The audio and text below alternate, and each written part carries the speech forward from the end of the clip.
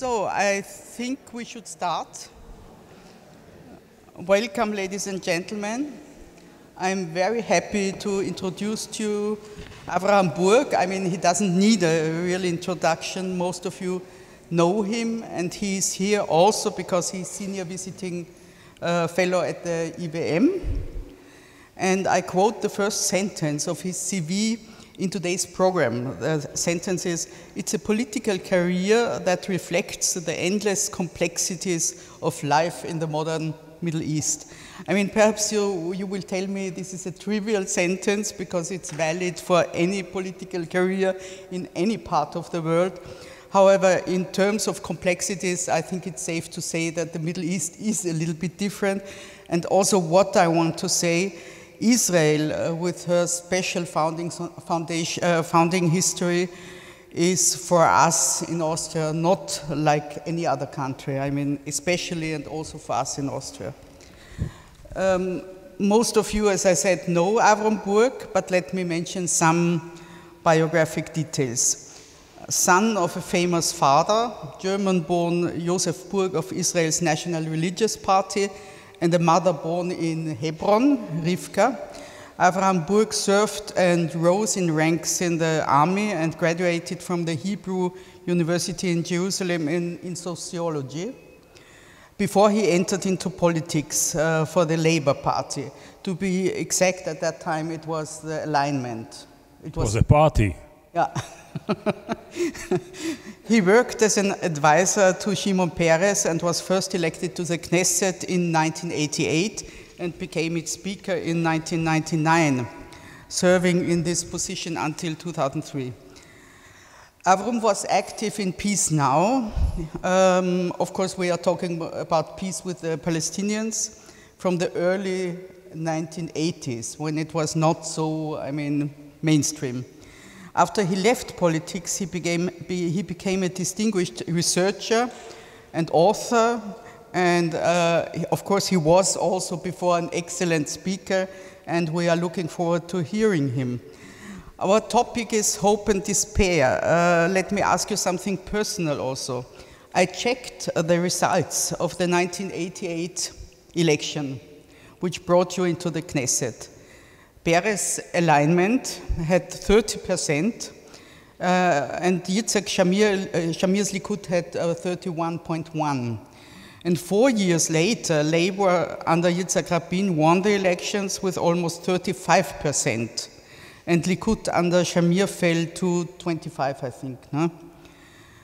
11 days ago, the joint Labor Gesher list made less than 5%.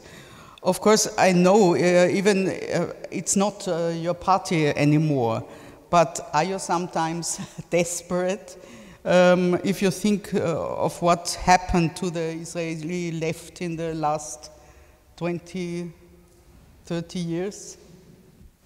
Can we move to the next question? Hi, good afternoon. Gudrun, we know each other for many years, more years than we care to remember. And therefore, you know that I was so many years in politics that never mind what is your question, I have my own answers, okay? So let me try to answer indirectly. At the beginning, you said that I'm coming from a kind of a political complexity. And I feel it's not fair, it's judgmental, it's very patronizing. I look at your political system. Well, compared to yours, ours is simple, straightforward, fully understood, okay? Tell me the outcome of tomorrow, okay? Tell me for how long will Quds coalition will hold. Tell me when is the next coalition between and the extreme right wing. For how long will the right wing will hold as a one party? Give me answer for this. I simply will respond to mine, okay? Well, we know who will become chancellor, no? Well, okay, the difference between your political system and ours is that in Austria, by the end of the elections, you know who won. In Israel, by the end of the elections, we begin the negotiation. What is really the result of the elections? Having said that, I'm also very, very upset about the topic of this afternoon.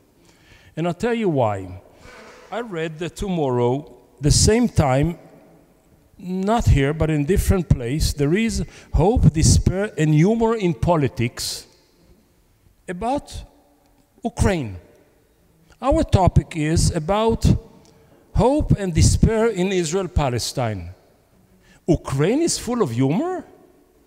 I mean, Russians there, EU there, American cutting the money, Ukraine gate, this is humorous. Ours? One president went to jail, one prime minister went to jail, another one is going to jail, finance minister was in jail. This is full of humor system. Now, when you take all of this into consideration, I will say as follows. Israel was for many, many years, up until the 90s, and the 90s is a crucial decade, not just for the Western world, but for us as well. I will say a bipartisan system or bipolar system, large chunk, flagship of the left was Labor, flagship of the right was Likud, and around you have a couple of satellites. Through the 90s, because of various things, the political system was shattered down and fragmented into tiny little pieces that created coalition formation, almost an impossible mission. What happened in the last elections 4 months ago was for the first time almost in 15 or 20 years, the political system goes back to two big flagships. One around former Chief of Staff Gantz, and one around Prime Minister Netanyahu. The outcome of the elections is such that none has a majority.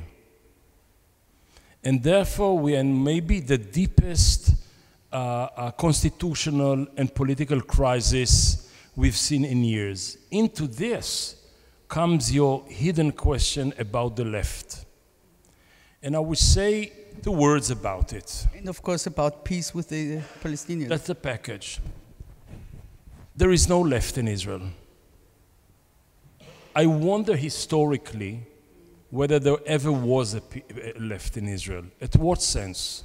When I say left here in Central Europe, it is a package deal of social fairness, secularization of the public sphere, freedoms and rights of the individual, respect minorities, fair distribution of public resources, etc., etc., etc.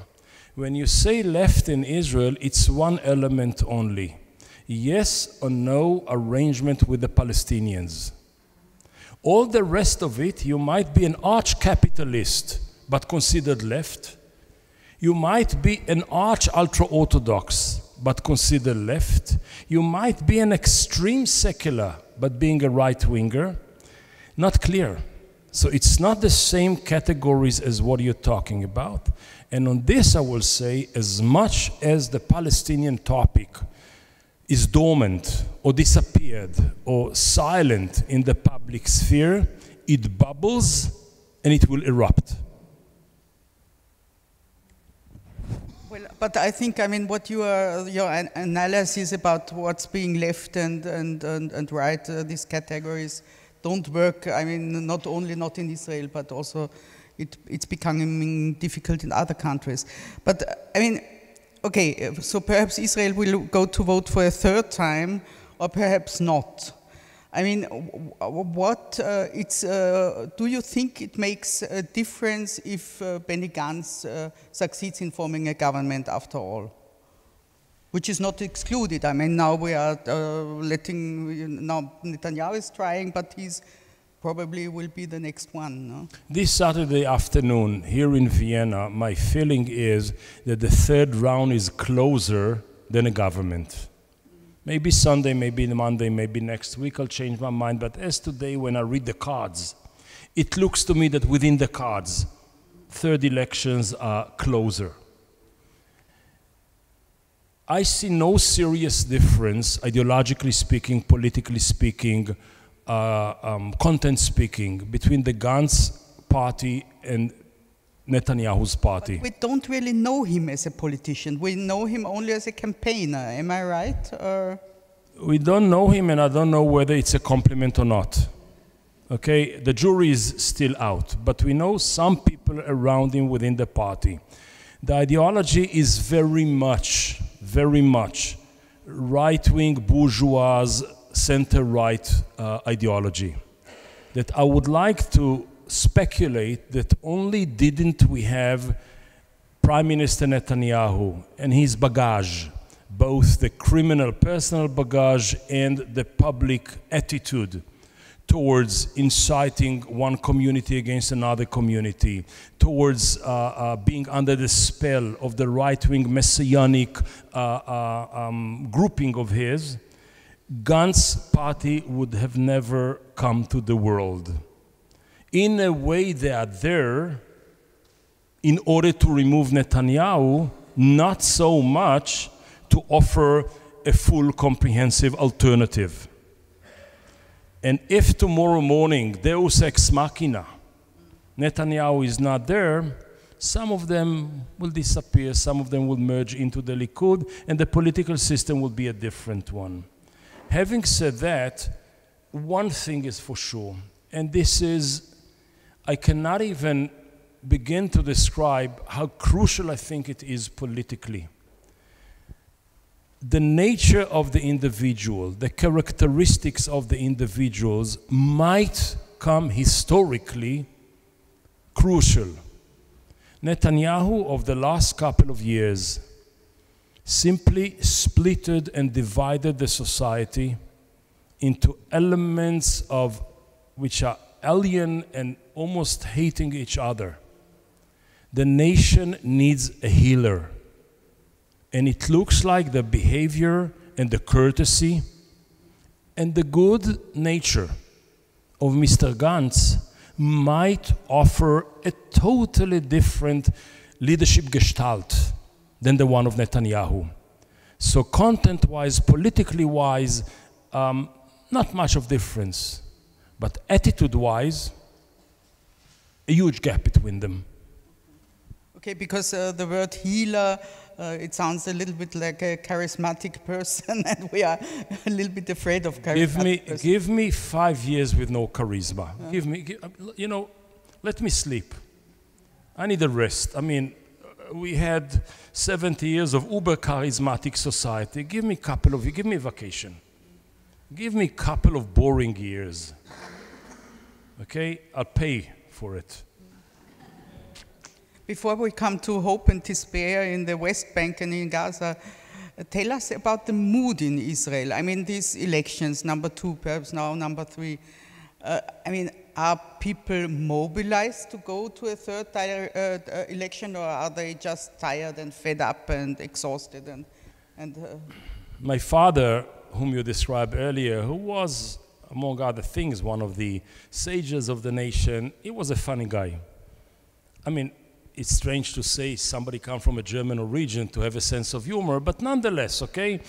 And when they told him, listen, in the street they say, he said, which street are you talking about?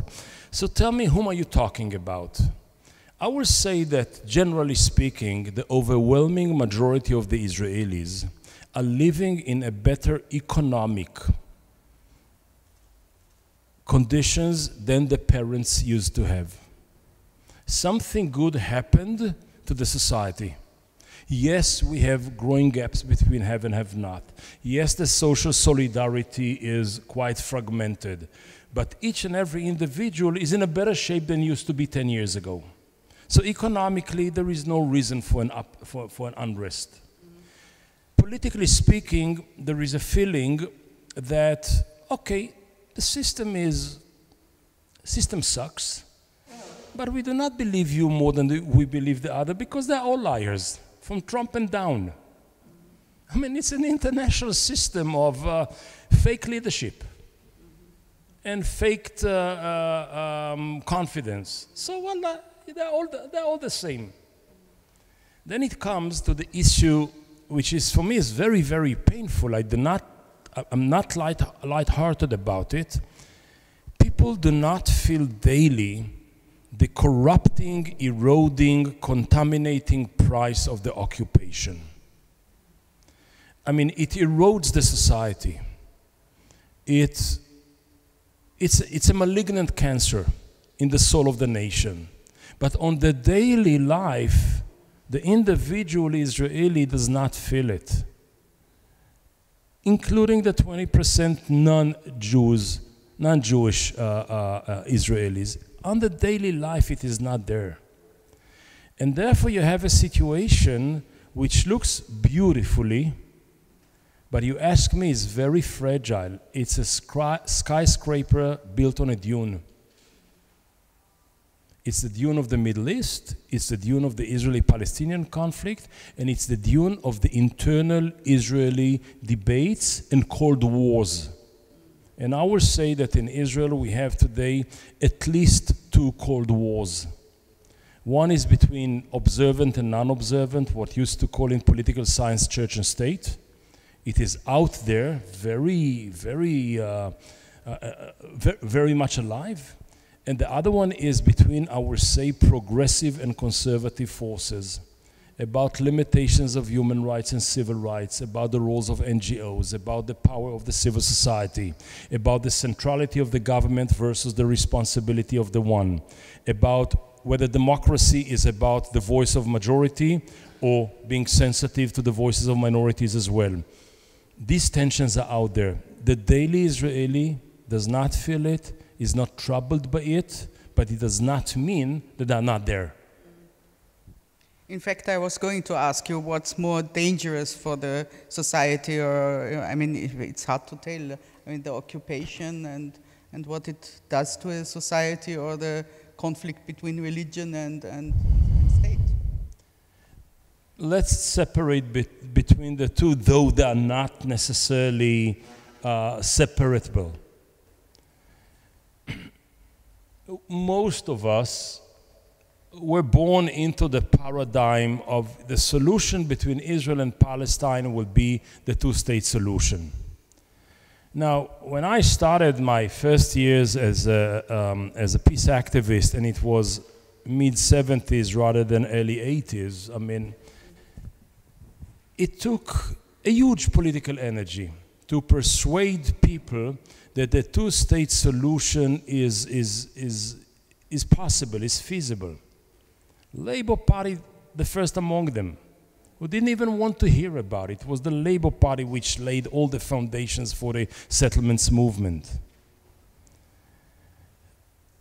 And people believe somehow that the two-state solution is a kind of a product in the political supermarket that has no expiration date.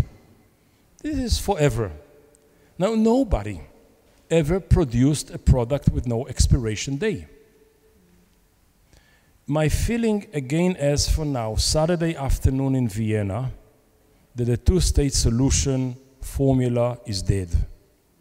If tomorrow morning it will come back to life, I'll be the happiest to endorse it. As for now, I do not see how it happens. It is not that I didn't want it. It is not that I do not feel that the Palestinians are more than eligible and have all the rights in the world to have their own self-definition and self-determination, which is, by the end of the day, a state of their own. I do not see how it happens. And therefore, the argument is not anymore yes, two states and no two states. The argument today in Israel, and I do not stand for the side of the Palestinians here, I describe my inner society, is actually de facto between two concepts of one state. The contemporary one state, which says Israel is omnipotently presented between the Jordan and the Mediterranean, and there are two regimes, one full of privileges for the Jews, and one full of discriminations for the Palestinians. And the other argument is, I would like to have, if we have a one state, I would like every individual between the Jordan and the Mediterranean to have the right to have the same rights. So is it one state full of discriminations and two regimes, or is it one state with one regime equal for all? Is it easy? The answer is no. Is it feasible? Not yet.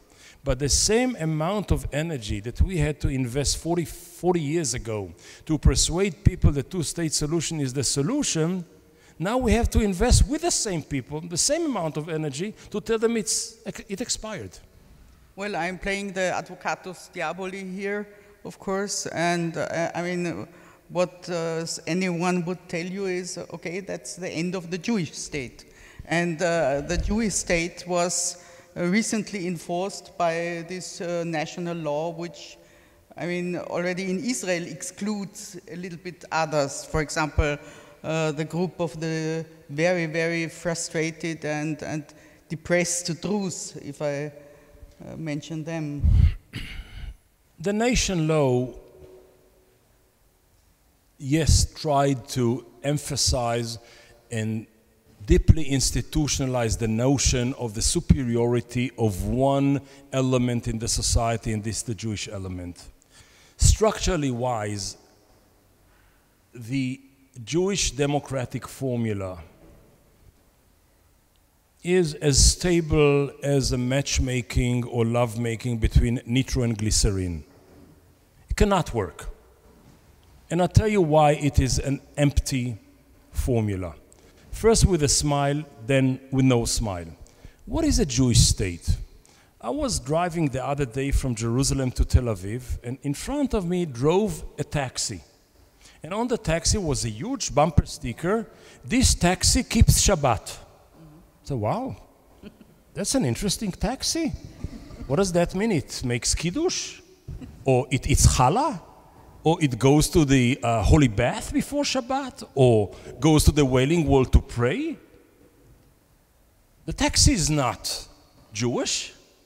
The taxi driver is. A state has no Jewishness. A state is like, it's a tool, it's like a table, it's like a bottle, it's an instrument in the hands of the people. So the state cannot be Jewish unless it is the Muslim Republic of Iran or the Jewish Republic of the Jews. Unless something built in makes the state secular modern instrument very Jewish. Otherwise, democracy has one source of authority, and this is us, the humans. We are the source of authority of the democratic process. The Jewish, the way it is interpreted by the Israeli legislator, which delegated the responsibility to interpret the Jewish element in the Jewish and democratic to the hands of institutions, chief rabbinate, and individuals, rabbis, who are not fully committed to the democratic source of authority, but fully committed to the divine, theocratic source of authority, creates a formula, Jewish and democratic, of a state that has two sources of authority. One vertical, from top to down, and one horizontal, us. Doesn't work. No system, no company, no society, no organization, not even a family, not even an individual can function with two sources of authority. And eventually there will be a separation between church and state. It cannot function. Having said that, I believe that the nature of the place should be defined by the national communities, but not necessarily by the state. Which means I have no problem to live in a state in which the Jews are having their national definition, and the Palestinian Christians and Arabs, whatever, Christian and Muslims have their own, and live together next to each other. Can be even agreed about language, can even agree about sharing power, can even agree about sharing content. And I'll give you an example. I have 40% of my grandchildren speak fluent Arabic. They go to a bilingual school. One day, a year ago, came one of them back home, and I asked him, Yuval, what did you have in school today? And he said, Grandpa, we had a birthday. I said, wow, that's great. Whom you celebrate? He said, Muhammad had a birthday. I said, wow, that's great. What did you bring him as a present? He said, Grandpa, not Muhammad, my friend who lives around the corner. Muhammad who passed away many years ago. And I said to myself, wow, my father, a graduate of the Rabbiner Seminar in Berlin, an Orthodox rabbi, the leader of the National Religious Party, practicing Orthodox, has a grandson who celebrates the birthday of Prophet Muhammad? Is Isn't it a miracle by itself? The answer is yes. It is possible to live in a shared spiritual society. Exclusion is not necessarily. Past. I mean, this is exactly what yesterday I received a book by a Moroccan, an American from a Moroccan Jewish lineage with the title "When We Were Arabs." I mean, they lived together, and of course, they celebrated also together in Baghdad or wherever they were. No, so perhaps this is normality.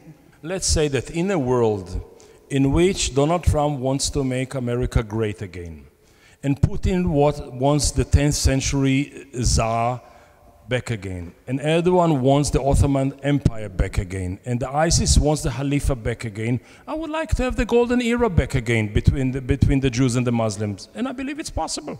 It's more positive, more constructive, more full of containment of each other, so why not? So I believe, yes, I believe it's possible. What I was wondering, when you explained the nation law, you defined it in a very religious way, and this is I was wondering, I mean, this law doesn't exclude non-religious Jews, so it's more a national question. I mean, I don't like to say racial question, but I heard there was even a discussion of the chief rabbinate in Israel if you could agree to permit DNA tests to prove you are Jewish or not, which I find terrible, no? So you can imagine that I'm in love with rabbis responsible for the biological data of Jews in Israel. You know, you can imagine that I'm in love with that, okay? Maybe I will even go and study some rabbinical studies to become the one, but it's outrageous. I don't know how many of our... it's also ridiculous. I mean, I hope they laugh in Israel about No. Listen, humor is in Ukraine, not with us, okay? Remember? Our sense of humor is a little bit limited recently. The nation law, whomever of you who did not hear about it, Google it and have fun.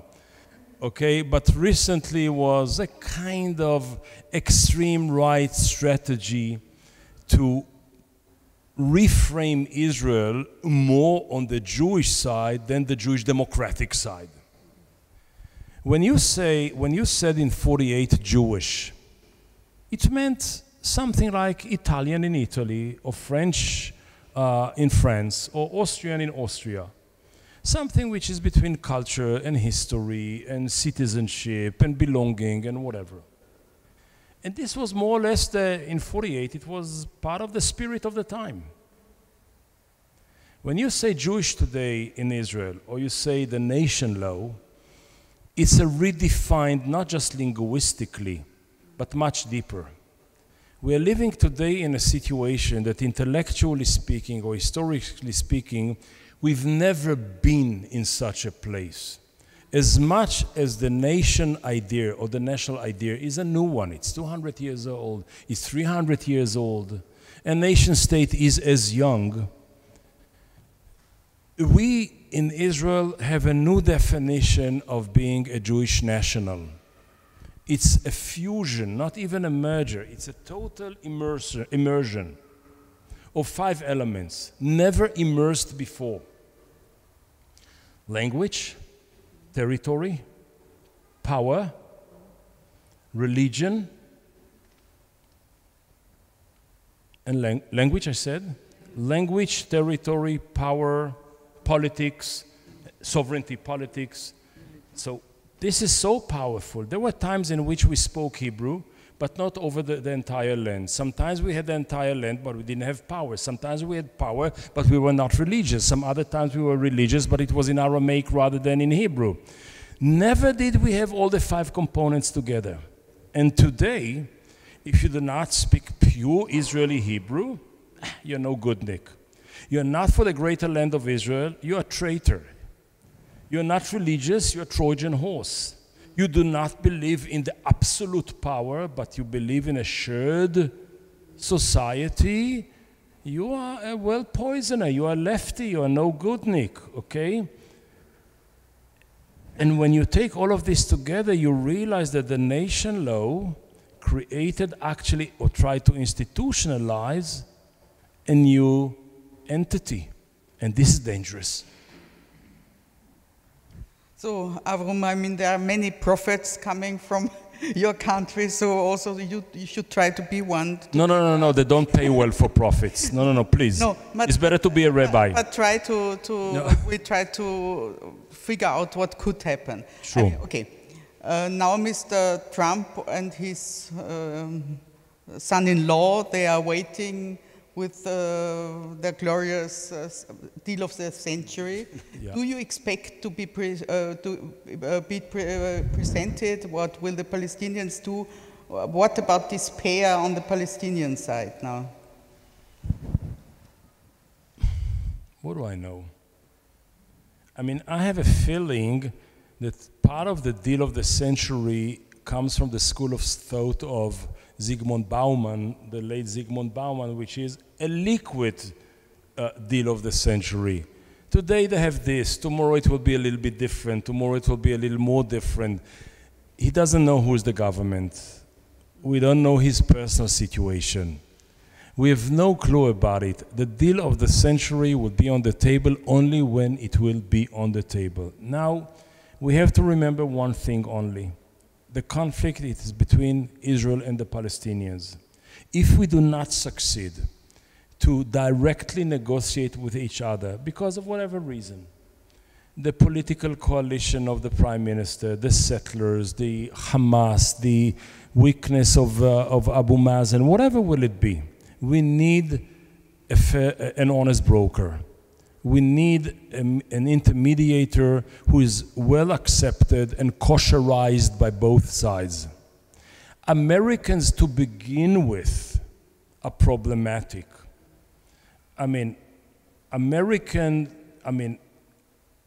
Both houses giving for 70 years standing ovations for whomever is the Prime Minister of Israel cannot be fully received by the Palestinian side as honest broker.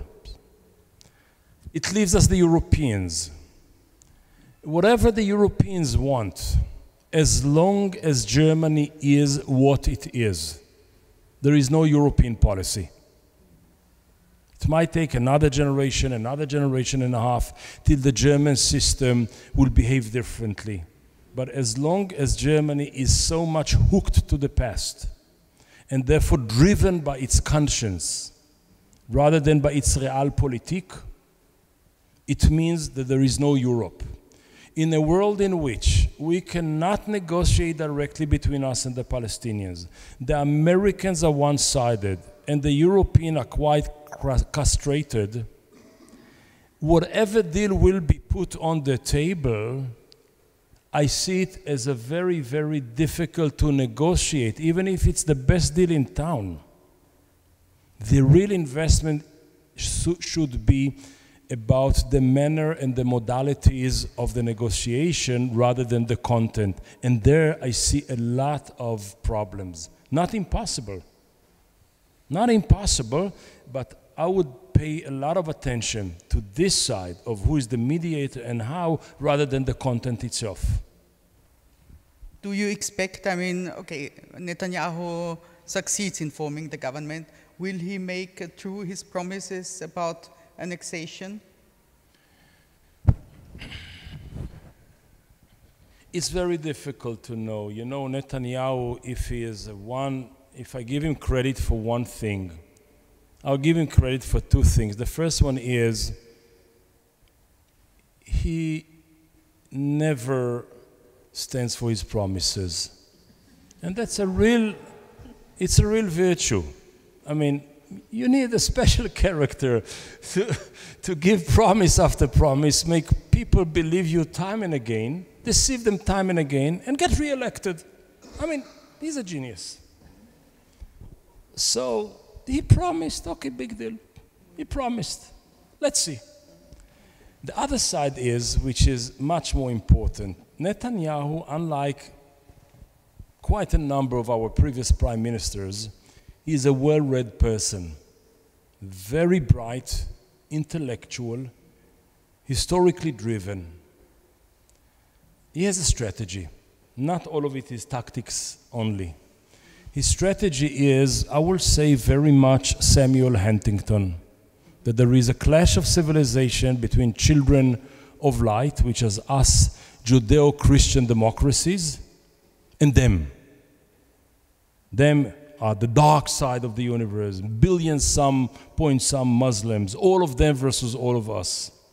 This is the drive which drove George W. Bush to Iraq on a democratic crusade, which brought the entire Middle East down to its knees, and all the world order of the Middle East simply crashed because of this notion.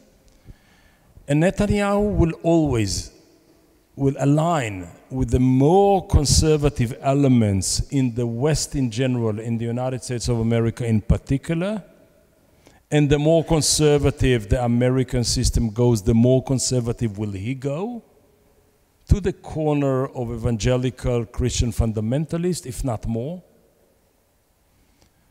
in order to keep Israel in this camp.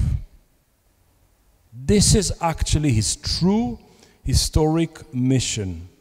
And therefore, for Netanyahu, from his psyche, if I understand it correctly, from reading his books and listening very careful to the deep notion and to the inner voice of his messages, for him, compromising a piece of land is not just compromising the historical great land of Israel, is a compromise that eventually might lead to a domino effect that will affect the entire West, because we are, from his point of view, the outpost of the Western civilizations in the Middle East. And therefore, to see him compromising on the land of Israel is very difficult. On the other hand, he is a prime minister that has not too many wars under his belt. Unlike Olmert, unlike Peres, unlike Rabin, unlike Ehud Barak.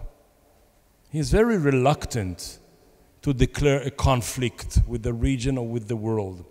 And therefore, my speculation is that between his arch-conservative strategy and arch-tactical reluctance from a conflict, he will maintain the status quo. So I should invite you to also ask questions, and I see a lot of hands. So please, do we have a mic here? We start here and or there, it doesn't matter.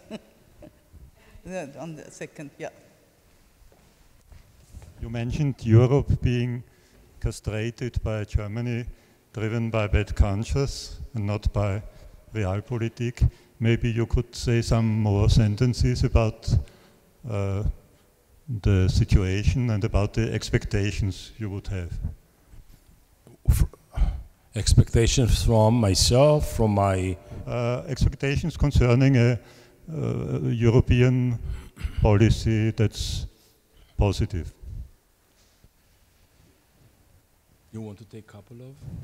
No, up to you. So we start, you respond, and when they become too many, I say. What is your name, please? What is your name? Franz. Franz.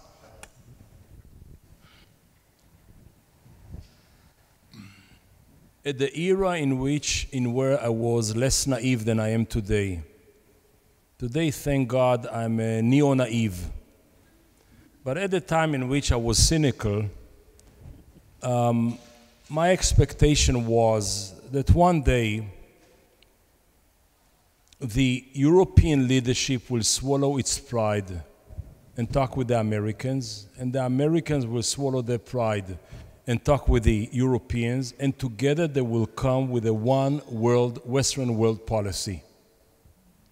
Not so much for us, though I love to enjoy it, but understanding that the Middle East, as much as I don't like the term because it is so colonial, it is as if somebody sitting in London and looks to the east and says, you are the Middle East. I take it with somebody sitting in Bombay and he looks west, we are the Middle West. But it's a very colonial positioning, but my feeling is that we are the outskirts of your system.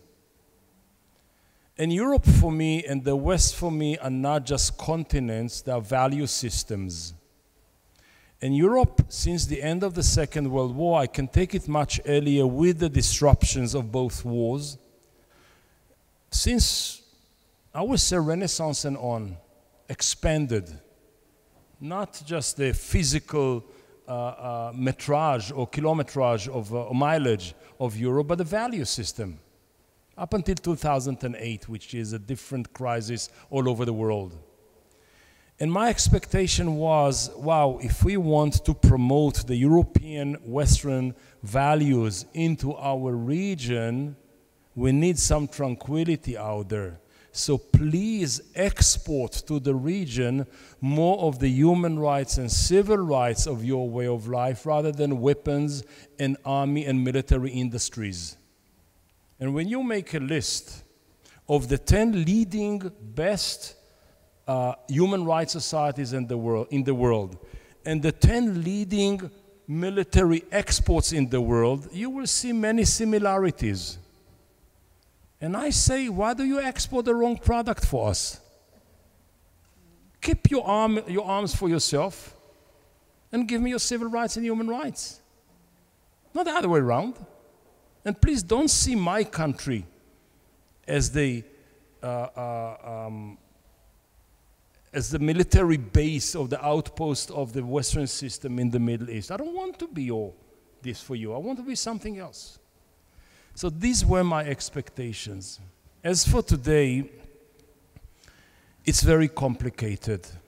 I don't see one Europe, I don't see one Middle East, and I don't see one problem only. And among the many problems I see in the Middle East, fortunately or unfortunately, it's in the eyes of the beholder, the Israeli-Palestinian conflict is not the most burning one in the eyes of the world. It's an opportunity to say, wow, now that people do not pay much of attention, let's solve it. And on the other hand, it's a missed opportunity because nobody pays attention, so nobody is motivated. My expectation is that strategically speaking, and I'm sorry for what I say, but I mean it seriously, that in 100 years' time, we shall have a solution. And I'll tell you what I mean. And I'm serious about it. If I would have told you 10 days after the 6 Days War, June 15, 1967, I ask your friends, how long will it go, all of this occupation out there? It will say a month. Well, somebody more moderate will say 3 months. Gudrun, who was a brilliant analysis of the Middle East, will say, come on, UN and this and that, 6 months. But if I told you in 1967 it will go 52 years, you say, Avraham, you're out of your mind. It will never happen that a state which is part of the Western coalition, a democracy like Israel, will be permitted to occupy another people that's against their will, deprive them from all of their democratic rights. We, the West, we shall never allow it. Now we're 52 years into it. And I'm fed up with tactics. Give me a strategy for the next 50 years. I lived the last 50 years of occupation. I want a slow, responsible, bottom-up construction that will end up by a solution. Not for a tactical deal tomorrow, a visit yesterday, a manipulation the day after yesterday. I'm not interested in this anymore. I want a world strategy, a regional strategy, and a process towards it. These are my expectations. But I think you didn't answer Franz's question regarding Germany, or did he? If it was completely clear what you mean by Germany cannot act like... Okay. Let's call the elephant into the room and put it on the table and let's have fun. the current generation in Germany, the current leadership generation of, let's say, the Martin Schulzes and the Ismar Gabriel and the Angela Merkel and whomever, is still a generation molded by the Holocaust and by the horrors and the atrocities of the Second World War. In a big picture, I will say that all of us in this room were born into the era of responsible politics. And leaders, Eastern Bloc, Western Bloc, Europe, America, even Middle East, even Russia, were responsible their own way. We are now in a transformation period in which in more and more places, leaders are taking a new leadership role. They don't know anymore the history. The history is far away. The responsibility coming of the horrors and the atrocities of the last centuries are looking for them like the Mongols or the Turks at the gates of Vienna. Far away history, totally redeemed from politics of responsibility, and we are living in an era of irresponsible politics. In this transformation, Germany, because of its power, economy, centrality, stability, plays a huge role in Europe. As long as the German politics is connected to the era of responsibility, which is the outcome of the First and the Second World War, it will not move a millimeter beyond what it's doing today vis-a-vis Israel. Some will say rightly so, some will say not rightly so. I'm not here to judge, I'm here to look at it, to analyze it. But once the next generation will take over, and you will hear more and more voices say, well, yeah, Holocaust was not nice, Second World War was not nice, but it's not us. It's too far away. We don't know even our parents were not there, our grandparents were not there. We never met anybody who was there. It's far history. And at the same time, say the German way of life, like the European way of life, is supporting whomever is like us, tolerant, containing, civil rights centered, etc., etc. And whomever is not a democracy, we do not support. So if Israel will deteriorate toward less and less and less and less democratic behaviors, and at the same time more and more people in Germany will not know the responsibility for the past, we shall face a day in which the bank of credit from which Israel is borrowing so generously will be bankrupt. And I believe we're very close to it.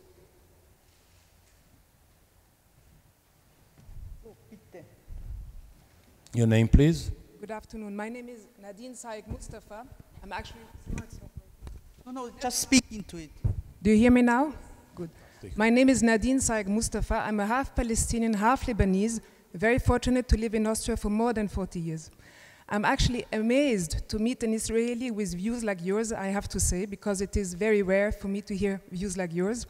A couple of weeks back, or was it a couple of months back, I think you, Dr. Harrer, you invited Hanan al-Ashrawi to come to Vienna, and she spoke about a relatively similar topic at the Willy Brandt Institute, I think it was. And it was a very bleak, she had a very bleak view. And frankly, I remember going home, I had my parents who had come with me, and actually they were quite pleased to see her and to meet her again. But it was very depressive. And frankly, what you say today, in my view, is also a little bit depressive as seen from the eyes of the Palestinians, because I see that we are really relegated to the outposts of relevance. I still don't understand how people in Israel can actually, let's say, we have talked a lot about the Israelis today and the Israeli view. How do you see, what is the outlook of the Palestinians actually in Israel on their current situation? How would somebody who's 20 years old envision their life for the next 30 years, for instance, without despairing? I want to add a question. I'm very grateful for this question. For example, in this vision of a binational state or whatever, I mean, there are different models. What would happen with Gaza, with the Gaza Strip? I'm sorry. You are sorry, I'm sorry. Dear, first, I really hate to upset you. I mean, I didn't come here to ruin another afternoon of yours, okay? So let me share with you a smile, but it's a serious one, okay? We used to ask my mom was born in Hebron, Bil Khalil, and she didn't have an easy life. She lost her mother when she was 6. Half the family was massacred in 29 in Hebron. Then later on, she lost our eldest sister. I mean, she had a difficult life, but she was a very, very optimistic person. She was a nice, full of humor, full of happiness. And one day we asked her, Mom, tell me, what are you? Are you an optimist or a pessimist? She said, me? Of course I'm an optimist. Today is much better than tomorrow. So I would like to offer you something which is not that kind of optimism, okay? The situation, I'm sorry for the museum and for the EVM and for Vienna and Bruno Kreisky and whomever, the situation is fucked up. I'm sorry, okay? It's an awful situation. Still, and this still is crucial, many people are still in the business of counting states. 1 state, 2 states, 5 states, 22 states, federation, cantons, whatever it is. I stopped counting states. I count rights. And I believe the minute the conflict will move from state counting to rights counting, we have an opening for a different conversation entirely. I do not go to Gaza because it is forbidden for us. I go a lot to Ramallah, though it is forbidden. Okay, twice a month I'm in Ramallah. And I listen what's going on there, and I listen to the younger generation, and I listen to some of the intellectuals and the businessmen, etc. There is a deep, profound understanding among at least the intelligentsia elite layer that violence leads nowhere, doesn't impact the Israelis, just give them another excuse not to move, and in a kind of a very tragic boomerang effect comes back and impacts negatively the inner fabric of the Palestinian society. And I hear more and more and more voices saying the following thing. A, we don't care. They care deeply, but we do not care rhetorically. What will be the manifestation of it? We want to vote. We understand democracy. We learn democracy from you Israelis. And we understand that the notion of the democratic idea is that it's impossible that there will be an individual who doesn't have the right to vote who will impact his or her life. We want to vote. Now, I believe that the minute that the Palestinian leadership, be it Abu Mazen or be it whomever, will come to the Israeli Prime Minister and say, Mr. Prime Minister, here are my keys.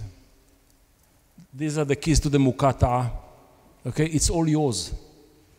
I want one thing only. I'm here not as a subcontractor for your security. I'm here not as a subcontractor for the occupation. I'm here not to give European and other money to hundreds of thousands of Palestinian employees. I'm here for my people. My people want to vote. Tell me where. To the Knesset in Jerusalem or to the Majlis in Ramallah? Tell me when. Tell me where. The minute this discourse will happen, it's a whole new ballgame. Open something very private. We Israelis, because of whatever reasons, historic and existential reasons, we know what to do with violence. The abused child became a violent parent, and we feel comfortable in a violent environment. In a way, so do the Palestinians. The one thing that I personally believe will bring down the Israeli system is a non-violent civil disobedience. We don't have an answer for it. Here we are at the beginning of 2017. I have a meeting with my dear beloved friend Abu Mazen. And he said, Avraham, what are we going to do in the celebration or the commemoration of the June 67? I said, Ya Ahi, here it is. Here we are, the 5th of June, 2017. You wake up in the morning, you dress up very handsomely, you eat a good breakfast, you go to the Mukata. 8 o'clock in the morning, you open the doors and you start walking slowly, because you're not a young man anymore. From the Mukata, 5 kilometers south toward Kalandia, which is the checkpost. You walk, you don't say a word. People from all corners, from all the allies, all the little streets will join you, and you march. You come to the fence, to the checkpost, you sit down, and you say, I'm sitting here, I do not eat, I'm fasting, hunger strike, till the Israeli Prime Minister comes here and negotiate with me the fate of both nations. And tens of thousands of Palestinians will sit next to you, and we, hundreds of thousands of Israelis, will sit with you at the other side of the wall. And the wall will come down. He thought and thought and thought, and then smiled his beautiful, loving smile and said, and what about dinner? What about dinner? And that was the end of the conversation. Now, it's bitter, it's painful, but I believe that's the key. And it's possible.